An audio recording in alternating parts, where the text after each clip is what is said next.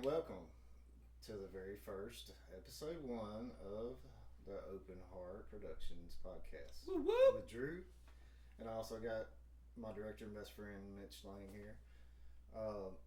What we're doing with this is we're gonna pretty much be talking about everything Open Heart, the movies. We might even do some movie reviews. Yeah. While we're watching it. Might do some watch-alongs where y'all can even watch. eventually go live, Yeah. Whenever, we figure that all out. Eventually. So what we plan to do with this is go over the movies and maybe even review some different movies from other filmmakers. Mm-hmm. We'll have guests on. Just, hey, tune in and see. And any kind of links that we have, we'll always drop them below so you can go check everything out that we talk about. So the very first episode we have here is actually about the beginning of Open Heart. And Mr. Mitch Lang here. So why don't you tell us a little bit about yourself and then the origins of Open Heart. Alrighty, my name's Mitch Lang, Open Heart Productions. I have directed, co-directed, or produced most all of the films, and have either written or co-written most of them so far. Open Heart Productions, I've had the name and the concept for Open Heart ever since I was like 16 years old, so probably around 2002 or 3-ish. Right. And it's no secret that I'm a musician, and most all of us are musicians in the company or former musicians, and I've been playing music ever since I was like 11 years old. And when I say like playing music, I mean like I was playing bass in like a church praise band that went and like traveled on a tour bus to like Arkansas and Oklahoma and Texas to go do like big That's pretty camps. awesome. You can still say you went on tour. Yeah, and I remember being 12 years old and being with that band for like a year, and just like being on the bus heading back from Oklahoma, and like I still like got paid for that, like $500 bucks. Like for me, the 11-year-old kid, I have no idea what the other cats were getting paid if the 11-year-old was getting paid $500 bucks. But I just remember like thinking like, man, this music thing was easy. Like that was pretty easy. You know what? I want to do a rock band now. And then I quit that band and started a rock band, and then saw at my very first show that it's not the same thing. No, being in a church praise and worship band and being in a rock band is different. You're lucky if anybody shows Yeah. up, especially if they've never heard you. Oh yeah, So, yeah. I remember my dad found me out in the parking lot of the first show. It was in a school gymnasium, and there were about 50 people there. And my dad found me out in the parking lot looking down the road. I was like 13 years old, and he's like, Mitch, what are you doing? I'm like, I'm waiting for more people to show up, Dad. Don't they remember I was in the Uncommon Worship Band? He's like, no, Mitch, you quit that band. So all that's over with. That's done. Like, now you get to start from the bottom and like earn your way and see if these people like you for you or if it's just a name. And back then all we had was MySpace. So I don't even think MySpace was I don't even think you yet. could promote on there, even if you had. I think MySpace like came out in like 2004 ish. Yeah, maybe it wasn't out then. Yeah, I don't think that MySpace was even a thing So yet. the only way we had to promote shows or anything like that was just to go pass out flyers. Yeah, pass out flyers. And tell people. Go out there, go to the mall Right. and bother people. Right. And, here, you throw this away. Right. And, still, you might get 15 people. 15 to 50 people was your like dream max. Right. But so like from age 13 on, I had to like learn the hard way that you have to earn your way. But by 2003, like my band had gotten signed to an indie record label, and I was like 15. And we did one album and one tour, and the whole thing went bankrupt, and everybody in the band quit right after that because they're like, oh, we just blew our big chance. And like, it was a mom and pop record label that didn't manage their money properly. That's not our fault. Let's just keep going. And they're like, oh, we blew it. So they all quit. So I had to reform the band again, and that was Jeremy Harrington. Okay. That's where I first met Jeremy Harrington, who has still been with the company to this day. Yeah. And he is one of my oldest and dearest friends because he's been there a lot for me, and he's saved my ass more times than I can remember the count, you know. Right. And but he was in the band back then, and me and him were working on like Section 8 housing and putting houses together for people to rent and stuff like that.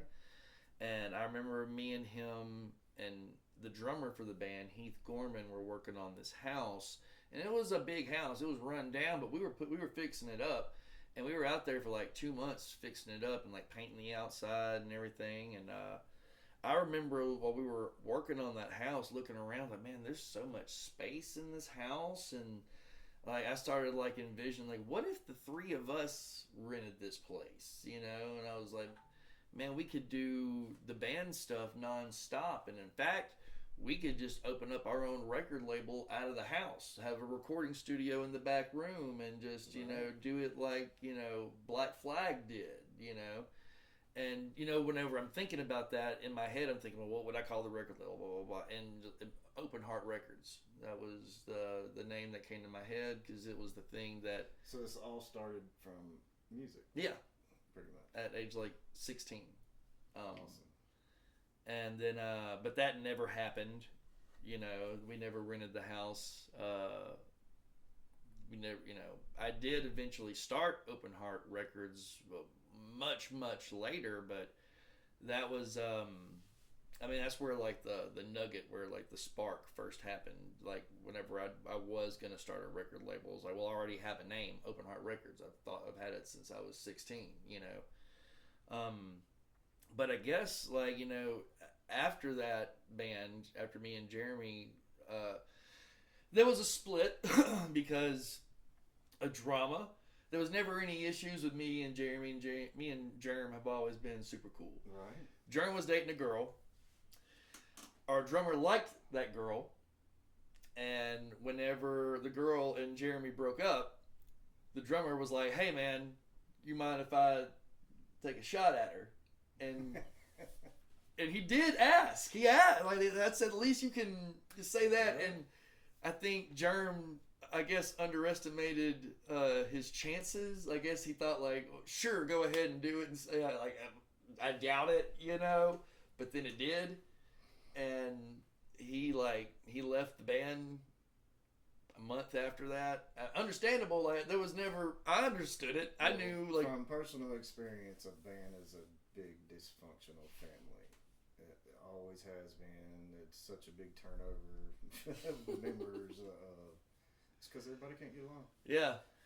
Not all the time. Not all the personalities. But what I think is so funny and ironic is after Jerem left the band that we were in, One Method, he left and ended up being one of like the co-founders of Whiskey Bayou. Really? Yeah. The original lineup with Ray, Jules, Donnie, Jerm was neck down, the bassist. Okay, yeah. Okay, that's right. And ironically enough, the band Whiskey Bayou is where me and Dru met each other. I was actually the third singer. Yeah.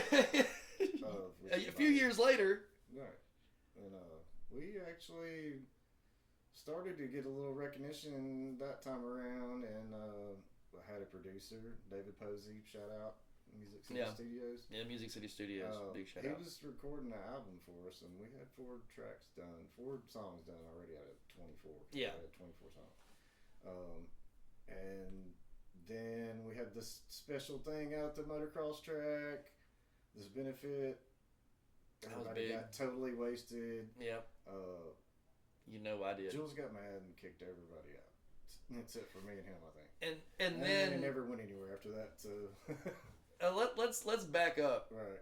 Let's back up because Jerm left One Method in 2004, which Jeremy Cloyd ended up coming and playing bass for the rest of the time that band existed. Right. So in 2004, he left and was doing Whiskey Bayou with Donnie and Jules and them, right? Mm-hmm. And so let's fast forward about 4 years, 2008, or isn't that about right? Right around 2008, yeah. 2008. Can't remember exactly. That's whenever you joined the band. How did you end up in the band?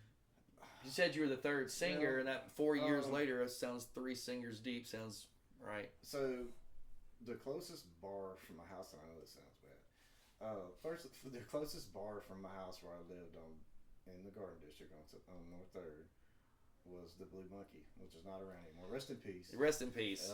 Yeah, it's near where I would say it was like my second home because I was always there. I really didn't drink that much. I mean, I did, but I didn't. I did. Some a nights lot. I did. Penny Pitcher Wednesdays, baby. So I ended up meeting a dude named B-Rad. And solid motherfucker, solid dude. And we started jamming together, me, him, and a couple other guys, and did a couple of hole-in-the-wall bars in like Winsboro and around that area, and never really amounted to anything. And then I ran across this dude with super, super long hair named Jules. And his dad had a barbershop on Trent Street. And so he was like, dude, I heard you can sing. You want to come try out for my band, Whiskey Bayou? And I was like, yeah, sure, hell yeah. Mm-hmm. He's like, so I went and did a practice with him, and I sang. And back then, my voice was like pretty much top shape. It was awesome. He was fucking fantastic. And very Lane Staley-esque in his prime. Right. And then I went and auditioned for him. He's like, dude, you can sing. I was like, well, yeah. I just, I didn't have the right people in front of me, really. You know what I'm saying? I had a few bands over the last 20 years, all kinds. Just straight original bands, classic rock cover bands, newer rock cover bands. Played pretty much all over the United States. California, Florida, Georgia, Arizona. When I was in Oklahoma, I didn't get to play when I was in Oklahoma, but and then around here locally, of course, a lot. Did my last live show with the side project of Whiskey Bayou back in 2014. That was my last live show. Really? Yeah, I got recordings online still of that show. It's almost 11 years ago, man. It's been a long time. Which, I mean, I did a couple of pop-up shows with Maston Walker from the Swamp Hippies. Okay. When he come in town from Houston or whatever. I was fixing to say, like, man, I feel like we need to go book something then. Yeah, we'd have to practice a little bit first. It's been a minute. Yeah, I mean, now there's not those same venues around, but there's places where you can actually get paid money to play now. I mean, instead of going by the door cover charge, which never really amounted to anything. You can't play really any original songs. Yeah, you got to go be a jukebox for 3 hours, but you will get paid to do that. Yeah, and they pay pretty well. So anyways, yeah. So Whiskey Bayou was no more. We did a couple of reunion shows here and there. Wait, so we got Scooby and Donnie up there. When did you try out and like officially get the gig? It had to be late 2007 or late 2008. And how about how long after you joined did I join? Maybe 6 months into it. 6 months in. See, I got involved because of Jules and his dad, but like, looking back, like I kind of understand a little bit of like those women that talk about the guys that come up at the bar and like, hey, what you doing, babe? Right. Because I was at Blue Monkey and I was drinking Penny Pitcher because I think y'all's practices were Wednesday nights, right? Maybe so. I think it was. No, we used to practice like 4 times a week. Well, yeah, we but were like religiously. We were so tight. I mean, it was. But I remember I was at the bar drinking, and like Jules got on one side of me, and Scott got on the other side. Like, hey, Mitch, what are you doing, man? Like, oh, I'm just drinking some beer. He's like, hey, I hear that you're not really playing in a band with anybody right now. Is that right? And I'm like, well, yeah, it's right. I'm actually kind of working on some movie stuff. This was back whenever like Ne'er-do-Wells was kicking off. At the beginning. Yeah. And I was like, I'm actually kind of doing movies right now, so I haven't really thought about being in a band at the moment. And they were like, hey, well, we're heading over to a practice right now. We got a rig already set up with the guitar, and if you want to come and jam, like, this is the dad talking, like, I might could throw you $40 a week to come and practice with us. Tell them about the place that we got to jam in. I mean, the practice space was great. Yeah, it was. It used to be like an old pharmaceutical factory back in the day. Yeah, and we had the it's room. Actually, the oldest. What I heard, don't quote me on this, but somebody told me it was the oldest concrete building in Monroe. Maybe so. I don't know enough to disprove that. I can't say that either. Just saying, I heard that. And we were right underneath the conveyor belt. Yeah. Like we weren't on the first floor, we weren't on the second floor. We were in the middle. Yeah. So we had the coolest little jam. We did a lot of drugs and did a lot of drinking and a lot of other stuff up in that. And for the record, I'm 15 years sober. So, yeah. I'm about 15 minutes since I finished my beer. Well, yeah, I started Open Heart Records. It was after I was in Prester John. Right. All right. And I played bass for this boogie rock band called Prester John.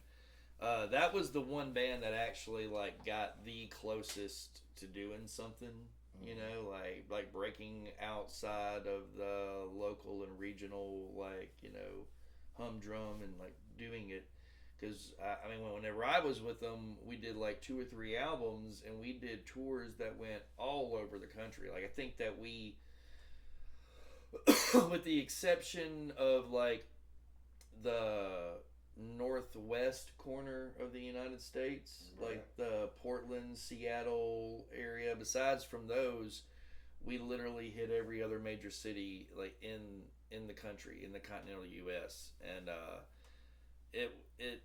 we were signed to TMG Records at that point, and that's whenever I learned a lot about how much record labels screw over bands and artists, like how much they take and how little you get and how much work you put in with no help from them. Now they say it's a sign in your life away.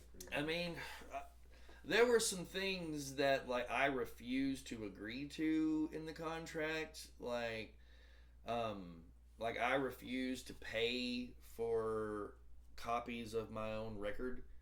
Like, whenever they were talking about getting physical copies made to sell, I was like, well, you can buy them from us. And I'm like, all right, how much is that going to cost me? And they're like, oh, X amount of dollars. And the price tag that they were giving was like $250 more than a mom and pop place that I found online that could do them. And I went, you know what? I can spend a fraction of that and get the exact same quality of work done. So, no thank you. I will not be in the clauses on anything that we sign. No, thank you. So that's what we did. We still made our own, you know, albums and sold them, and that's how we managed to have a loophole to keep a lot more of the money, because that's what we brought on tour with us. Right. So that's what we sold on tour, and since we sold those on tour and we made them, and we had the rights to it, we just kept the money and used that to keep the tours going. Right. And just so everybody knows, this man right here has toured and traveled with what band? It was the cats from Green Jello, Monkey Soup, and Helgrim. Those are all the different entities that they're known as. Pretty awesome to say that you got to run around with Green Jelly. Got to play the Three Little Pigs song so many times that I think I played that song more times than some of my own original songs that I used to play at bonfires. And we actually used to play that song in Whiskey Bayou. Yeah, that's another crazy thing. Before I even met all those guys and did that stuff on the road with them, we still used to cover that song in Whiskey Bayou. So yeah, I think I have probably sang that song more than any one song ever. I haven't heard very many people cover that song, so yeah. Well, I was just lucky that I was just with the people. Right. That's so it helps. Awesome. That's pretty awesome. But so after Prester John broke up, I kind of needed to keep going. There was like this was like 2016 was when Prester John like officially broke up. And I had some issues with my employer insurance, and I had a brand new baby son that was like maybe a year and a half old or whatever. So I needed supplemental income like yesterday to stay alive and everything. So I started doing the thing that everybody else is doing now, where I would go to all the patios and the restaurants and the bars and like be a jukebox for 3 hours on an acoustic guitar. And yeah, they might pay you, you know, $500-600 to do that for 3 hours, but I did that for like a year solid, and I didn't. It sucked. It felt terrible as a musician. It felt terrible. I was making money and I was taking care of my family with it, but I hated it the whole time. It wasn't until like the band came around and we started dressing up in the superhero costumes and recording the concept albums just to be goofy that I actually started having fun with music again. And that's whenever I started officially Open Heart Records. And of course the Mitch Lang Band was the first band signed to it.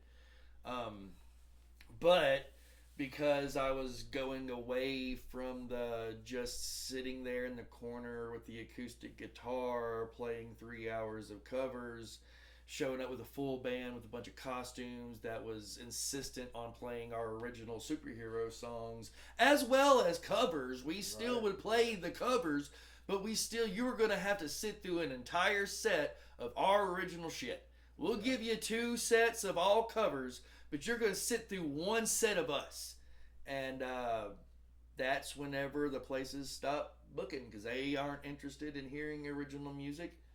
And even though it was family friendly and about superheroes and we were in costumes and being very playful and family friendly, it's still like, no, by the wayside.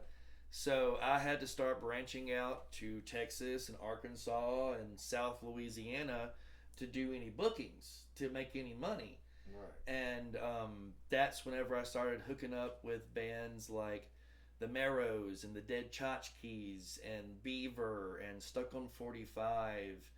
And like, it was the first time that I was around a group of other like misfits toys that we call them now, you know, and it was the first time I was around a big group of, because once all 5 of those bands were together, that's a small army right there of like 30-40 people with everybody's girlfriends and roadies and stuff. And you kind of felt invincible whenever y'all got together and you'd go play shows in everybody's state, you know, like, and then we'd book like all 5 of the places that we could play in our towns in a row and do a little 5-day tour with all 5 of the bands. And that's awesome. It was some amazing, awesome times with a lot of drinking and some mushrooms and watching the guys in Beaver fist fight over nothing. Stay up all night drinking and then show up the next morning after leaving the casino like nothing ever happened. Showed up eating the continental breakfast the next morning with us pouring the whiskey and the coffee like, I can't wait for the show tonight. I'm like, how are you still awake and ambulatory right now? Like, so as far as music goes, I think out of all the places I played, every state I played, my most favorite place that I actually played some music was on in the French Quarter in New Orleans. Oh yeah, I mean, acoustically out there on the street. I think any show I've ever played in New Orleans has been a great show.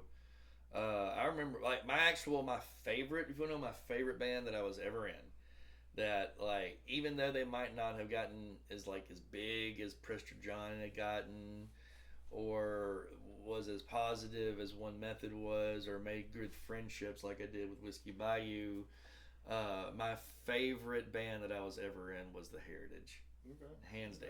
I remember the Heritage. And that was Heath Gorman. Heath Gorman was the lead singer, and that was right when we were in the hardcore like thralls of our alcoholism. Right. Like we were drinking a lot. Yeah, there was a point where I was drinking a lot too. And like functioning, you know, I still went to work. You know, like I might have showed up smelling like liquor, and I might have immediately gotten drunk as soon as I left. I but really remember this one show that we did. I already know. At the Blue Monkey. Yeah, at the Blue Monkey. It's when Mitch drove this serial killer van. Yep. For touring. Right. And, but it did look like a serial killer van. van. So drunk, and like I think we were like opening up. Or maybe we were playing like a big show. There was a bunch of us playing, I think. I just remember that the place was packed, and it was so packed, I had to go out to the van to lay down because I was so pissed drunk. He passed out, and we could not get him up. We tried for like 45 minutes before we were supposed to go on, and like maybe 2 minutes before we were supposed to get on stage, Didn't you have Russ go sound check my guitar for me? Because I wasn't even available for sound check. Yeah, I think Russ or somebody did. But anyways, we go get him up, and he gets up there, and he's butt-ass naked. And plays the best I ever heard him play. Ever. Like, fucking killed it. So, see, I was worried about how well I was going to play. Right. Because I do remember you being the one that woke me up going, Mitch! Right. We got to play right now. We've already sound checked. Like, you got to get up there. I was like, oh, no. And I remember getting up because you had to walk in that back. The back was outside, right? Right. Yeah. And behind the stage, because it had that long ass wall. Yeah. It went down. Yeah. So whenever I got woken up, I'm outside in the van, and you say we're playing right now, and I walk in that door that's behind the drum set. That's how you got in, was behind the drum set on the stage, and I got to where the guitar was and saw how packed the place was, and not only like the floor. I think that was the going away show. No. Before no. It wasn't. No. Okay. Yeah. I remember doing that. It was not. I remember the going away show. Right. I remember the going away show well, and that was not that because I remember bits and pieces. That was a lot earlier. But I remember seeing how packed the floor was, and then looked up and saw how even the rafter little stage thing was packed. And I'm like, oh my God, I am so drunk. This is the drunkest that I have ever been in trying to play. It is funny. I got to think of something. Oh my God, this could be disastrous. And then it hit me. If I get naked, everyone will be so focused on the naked dude that they won't even notice if I'm playing the right notes. Oh, that was awesome. They won't notice. Got a lot of pictures taken that night. So, well, I ain't never seen any of those photos. So who knows? All right, so the tours you went on, where all did you go when you went on tour? I mean, it was just you talking about the open heart tours, or just in general? In general, yeah. Jesus Christ! Like I said,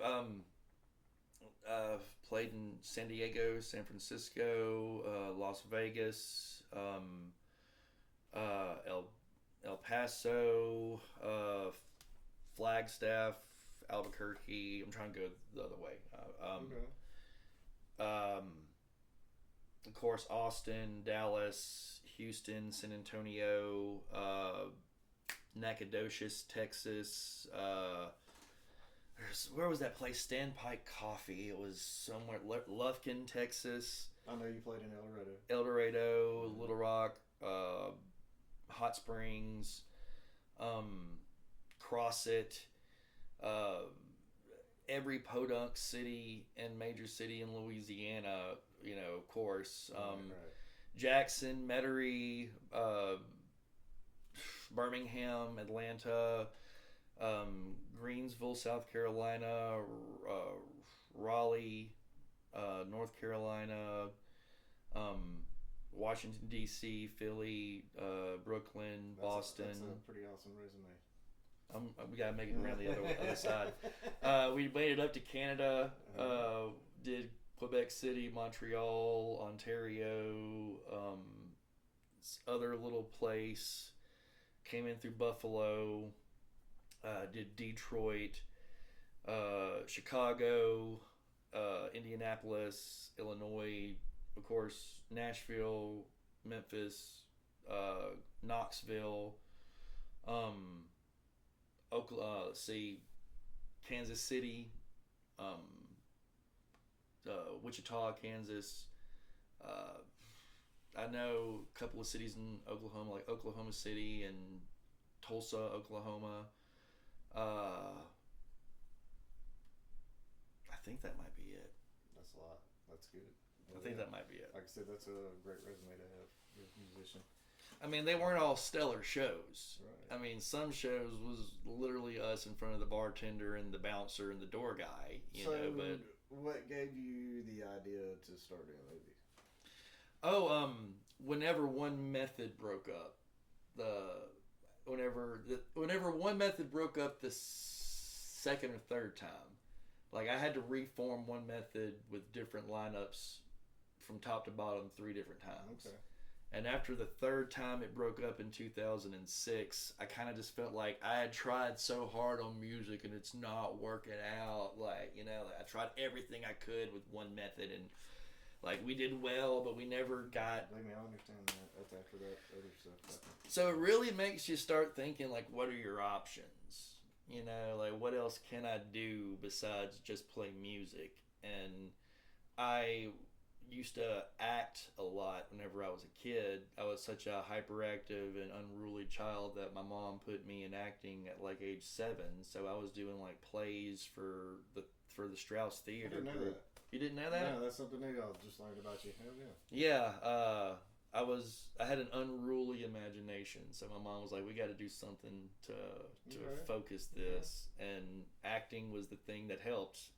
In fact, like even like learning to reading comic books was the thing that learned me to like retain the information. But so I did a lot of stuff with the Strauss Theater whenever I was a kid, like in their youth group stuff, and then that led to doing a lot of church plays that weren't even like my church plays. Like I'd go do other church plays and school plays and stuff like that. But then once I started playing music at 11, that whole acting thing, I was like, I'm playing music now, baby. And also, anybody that's watching, if you're wondering, Strauss Theater, we have a lot of their actors. Yeah, they're in our movies. Yeah.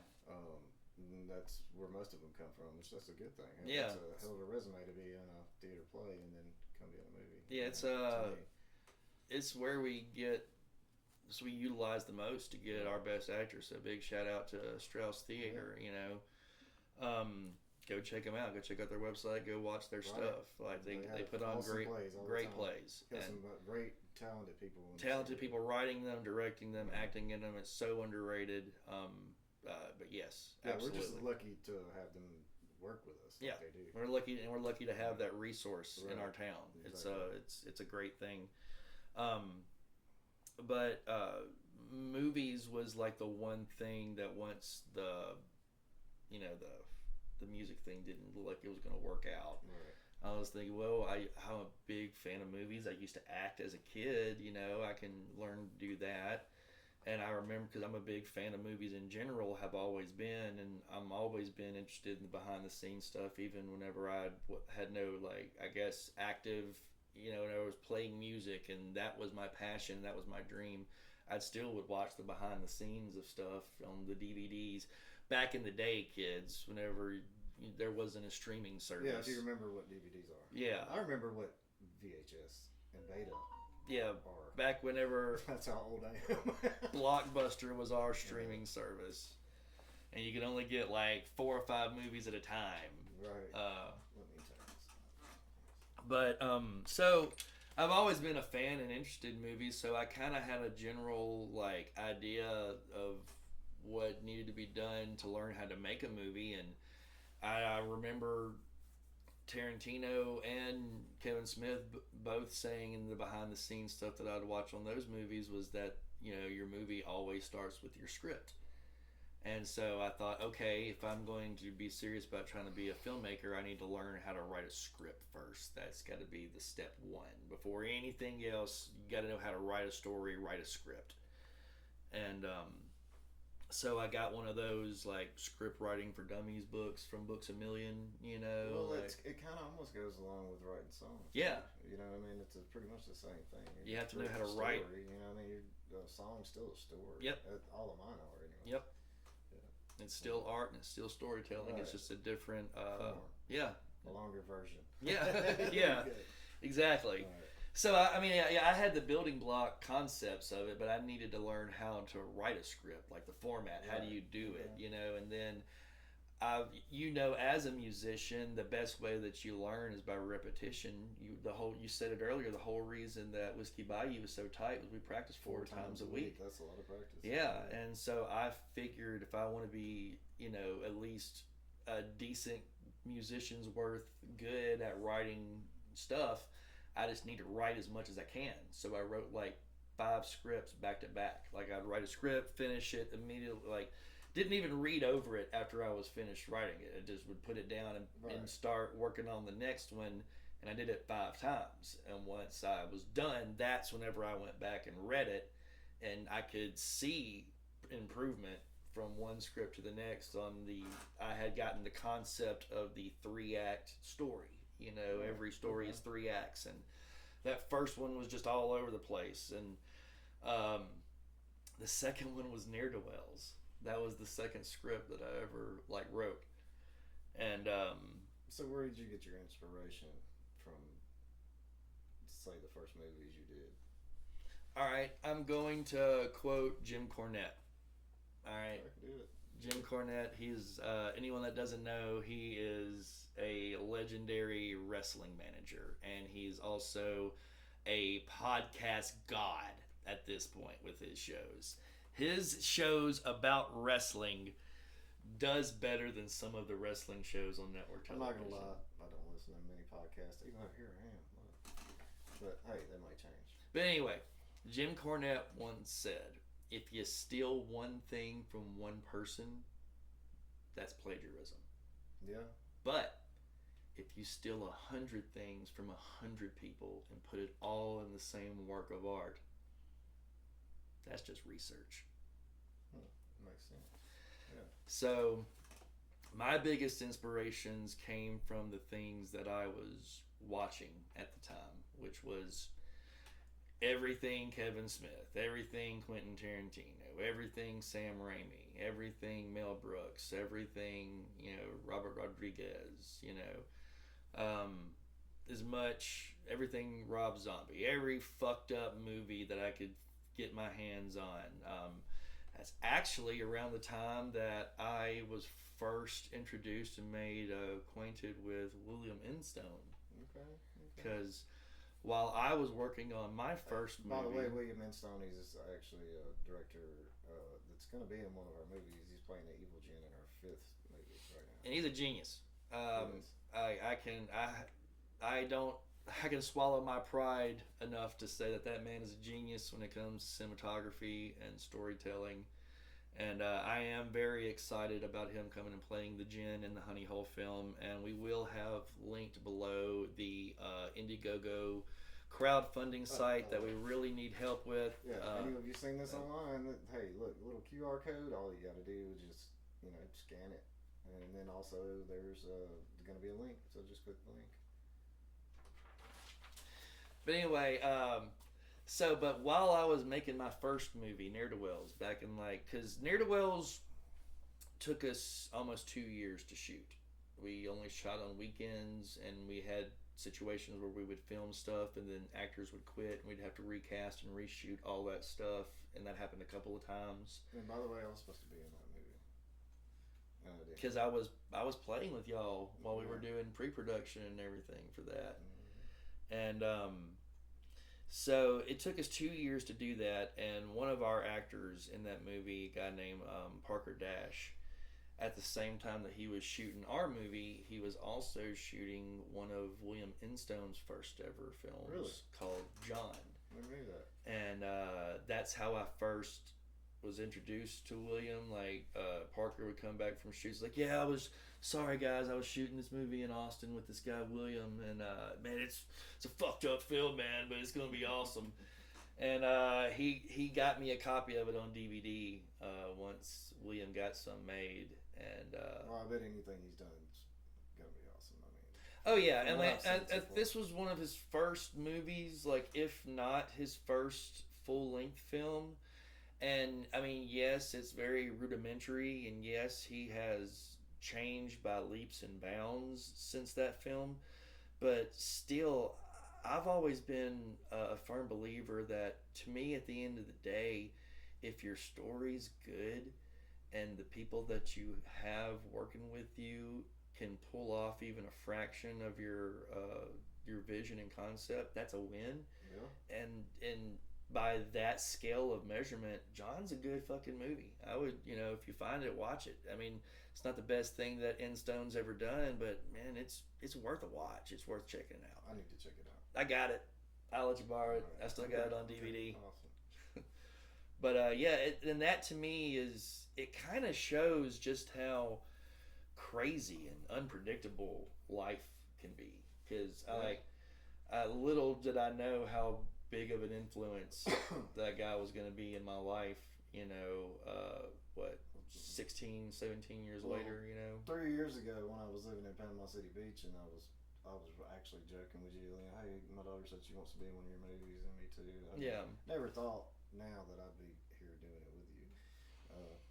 But hey, here we are. That's a firm testament that, like, that open heart, like, we don't care about your knowledge, or your past or anything other than, are you willing to show up and fucking do what needs to be done? That's all we ask. That's all we look for. You don't have to have any other credentials other than that. And we're lucky that we've got a very great group of talented people that can do all, the things that they can do the best with us. You know what I'm saying? They're using their talents and they're shining, given an opportunity and a platform to shine. It's like our community, our tribe, the island of misfit toys. We go out there and we get it done. We'll work with what we have so far. Yep. I mean, go ahead and drop some names.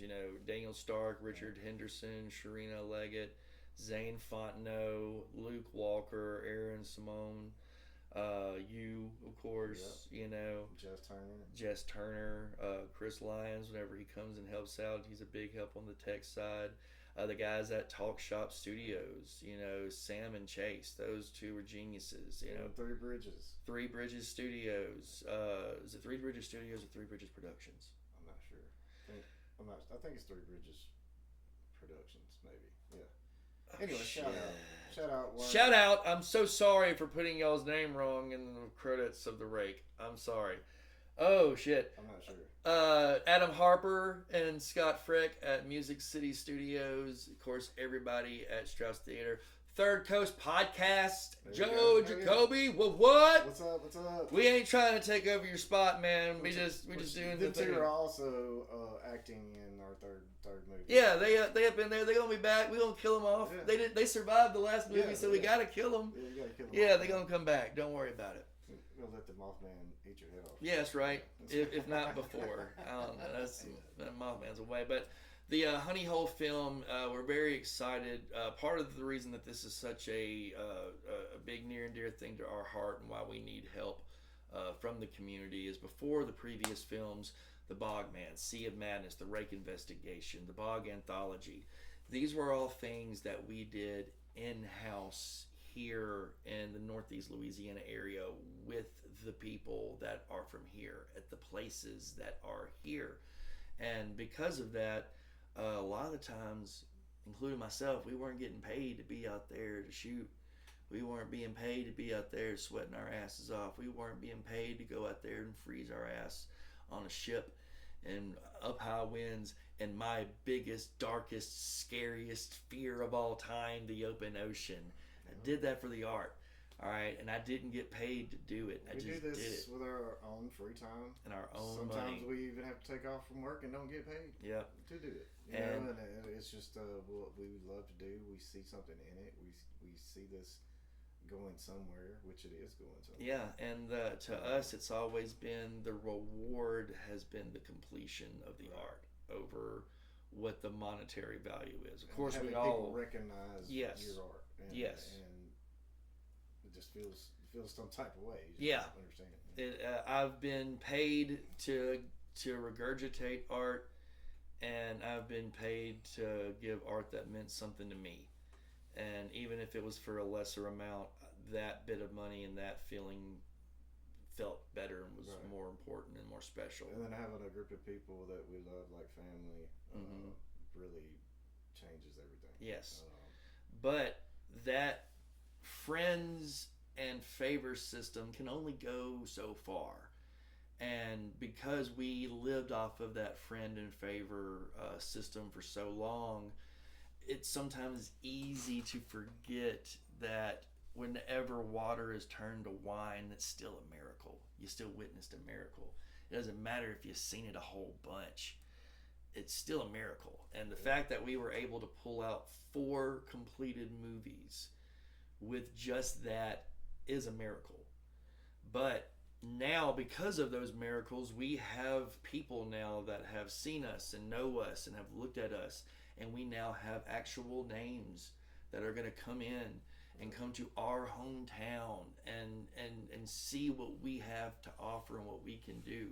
We have people like the gentleman from Five Nights at Freddy's, Joseph Poliquin. We have the amazing Jason Kirkpatrick from The Walking Dead, True Detectives. William Instone, we mentioned him. Mr. Hick from Mayflower Witches is coming up. We have a great cameo appearances from the guitar player from Green Jello, some old WCW and WWF wrestlers. Mr. Cassidy Riley, the local indie wrestling legend. It just seems like every single part in the movie has been someone that has been brought in that is such a talent that is recognizable in the indie film world, that literally the least famous people in it are the Bog Crew that were in all the other movies. And those people cost money. We can't get away with not paying them like they can get away with not paying any of us for this. Also, shout out to Jessa Flux. Yes. She's been in a couple of Yes, already. and she has been great. She's going to be coming out in the Bog Anthology as well. We love her. And she's going to be coming back for another bigger, meteor starring role later on. We just got to write it. I've been working on the script right now, the El Chupacabra attacks one. Yeah. I'm specifically bringing her back for that one. That's awesome. Can't wait. But now we have to pay for these people, and we have found some sponsors. We have gotten some help with the crowdfunding, but we need more. It just costs more, and these costs add up. So please go check out the Indiegogo links. And also remember that you get rewarded for donations. There's t-shirts, DVDs, hats, posters, signed posters. You can be in the movie. You can be in the background of the movie. You can get killed on screen by the Djinn, all tiered up in there at the donations. And you can also be a part of history, because we're going to bring Monroe and West Monroe to the map. That's right. Well, I mean, not Duck Dynasty kind of already did that. Yeah, Duck Dynasty kind of already did that, but we're gonna bring not in this way. We're gonna bring some indie film. We've been bringing indie film, right? But not in this way. But they do reality TV. And they made millions doing it, so kudos for that. We haven't done that yet. Yeah, hey, maybe, who knows? could happen. But stick around. This has been the first episode of the Open Heart Podcast. The second episode, I think let's dive straight into ne'er-do-wells, and let's just talk all about the craziness that was making ne'er-do-wells. Okay, sounds good to me. All right. You guys, you can check us out here on YouTube, and also we now have a Spotify channel, so you can also check us out on Spotify and all the socials, and all of our socials: Facebook, Instagram, TikTok. X, I Twitter, think we even have an X. Whatever it's called now. We probably haven't been on there in a while, but still check it out. And also, they're all linked. Also, my daughter's interview pages. Interviews behind the scenes, all the crew, actors, stuff like that. She's got quite a few videos out there already. And shout out to Benjamin Gross, Jeff Joplin, Chrissy Gray, Kyle Simpson, Marcus Allen, Worm, Robert Jarvis, Charles Nail. Red. Larry Schultz. Yeah, Larry Schultz. That's my best friend. Alex London, Catherine Coates, Hunter Begley, all these people that have Moji. Oh man, I love Julie Moji. Julie Salter, which also has been a great friend of ours, and Yes. is also our contact at LDCC. Yep. Where we do the Comic-Con with them. Yep. We're doing the Comic-Con this year as well in November, and we'll be talking about that and be posting videos on it on our YouTube page. But I've been Drew, and this is Mr. Mitch Lang. And hey, catch us on the next episode.